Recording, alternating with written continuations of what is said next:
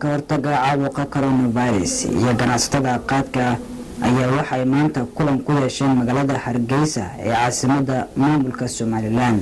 waxaa warkan inoo eegaya wariyaha Maryam Maxamed Cali.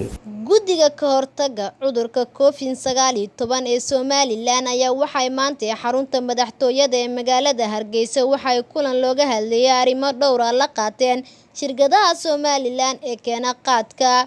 Kulanka ayaa waxaa looga hadlay xaaladaha cabsida laga qabo cudurka corona ee deegaanada Somaliland iyo sidii xal looga gaari lahaa in deegaanada Somaliland aan soo gelin wax qaad ah maadaama la mamnuucay.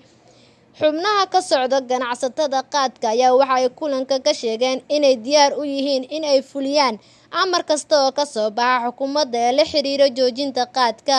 sidoo kale waxay sheegeen inay diyaar u yihiin bixinta qayb ka mid ah qarashka loogu talagalay in baaritaanka lagu sameeyo dadka looga shakiyo cudurka COVID-19. Maryam Maxamed Cali, Radio Wadaniga TV.